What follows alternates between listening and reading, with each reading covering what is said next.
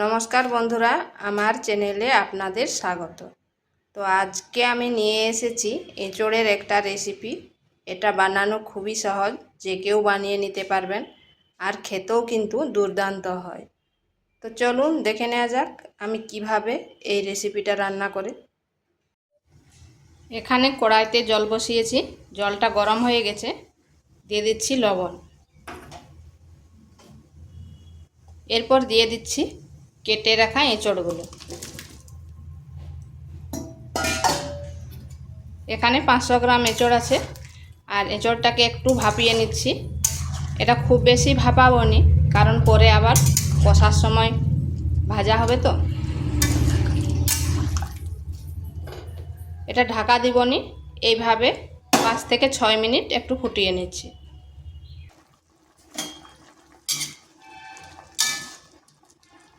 এঁচোড়গুলো হালকা সেদ্ধ হয়ে গেছে, এরপর এগুলোকে তুলে নিচ্ছি। এইভাবে জলটা ঝরিয়ে নেব। এখানে কড়াই বসিয়েছি, দিয়ে দিচ্ছি তেল, সামান্য হলুদ গুঁড়ো, পরিমাণ মতো লবণ, দিয়ে দিচ্ছি কেটে রাখা আলুগুলো এইভাবে একটু ডুমো ডুমো করে কাটতে হবে।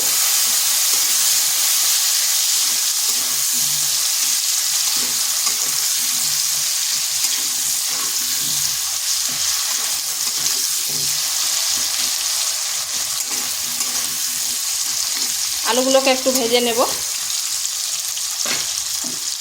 2 মিনিট ঢাকা দিয়ে দিচ্ছি। ওদিকে আলুগুলো ভাজা হচ্ছে, আর এখানে আমি একটা মশলা তৈরি করব। নিয়ে নিয়েছি রসুন, 2টো কাঁচা লঙ্কা, আদা আর একটা টমেটো। এগুলোকে পেস্ট করে নিচ্ছি।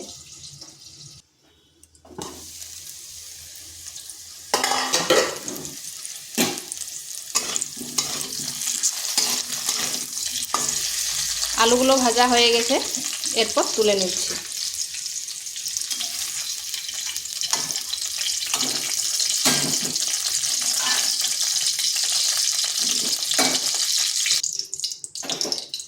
ওই তেলের মধ্যে দিয়ে দিচ্ছি একটা তেজপাতা, 2টো এলাচ আর দারচিনি।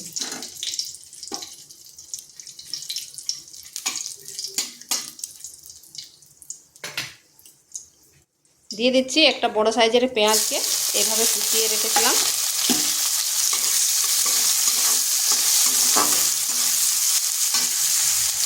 এখানে সামান্য একটু লবণ দিচ্ছি, তাতে পেঁয়াজটা তাড়াতাড়ি গলে যাবে। পেঁয়াজটাকে হালকা একটু ভেজে নিচ্ছি।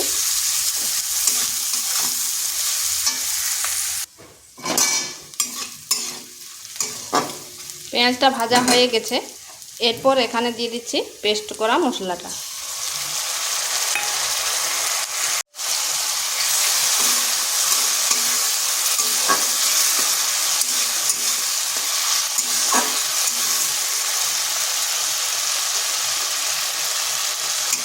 আদা রসুনটাও একটু ভেজে নিচ্ছি, যাতে তার কাঁচা গন্ধটা চলে যায়।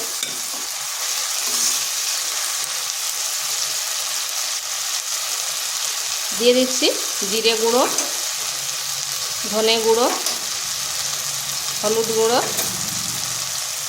আর কাশ্মীরি লঙ্কার গুঁড়ো। ঝালটা অবশ্যই নিজেদের আন্দাজ করে দেবেন।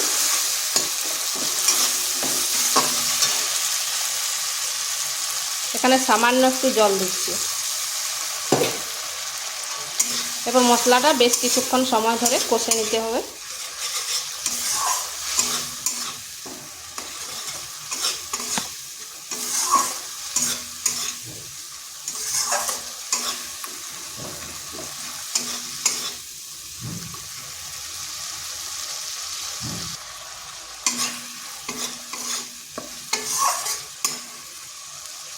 মশলাটা কষানো হয়ে গেছে, দেখুন কড়া থেকে তেল ছেড়ে যাচ্ছে।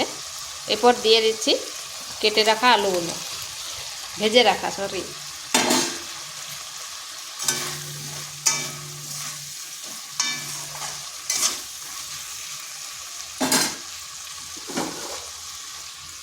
দিয়ে দিচ্ছি সেদ্ধ করে রাখা এঁচড়গুলো।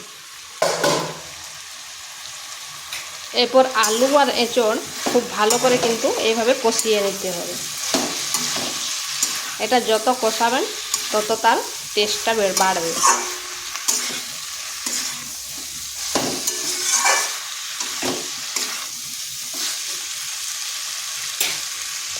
দুই মিনিট ঢাকা দিয়ে দিচ্ছি।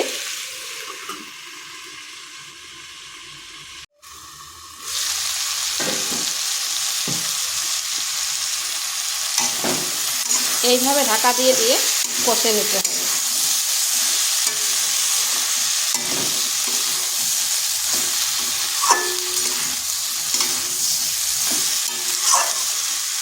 এটা কষানো হয়ে গেছে, দিয়ে দিচ্ছি জল।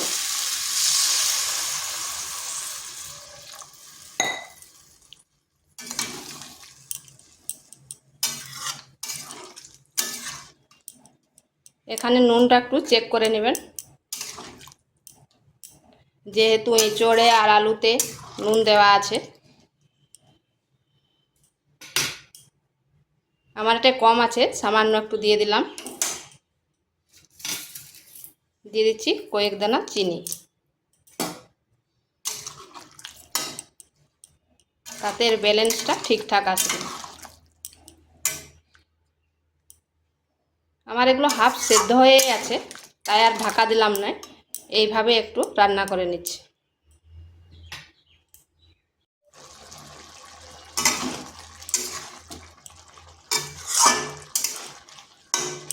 এটা হয়ে এসছে। এরপর দিয়ে দিচ্ছি ভাজা জিরে গুঁড়ো।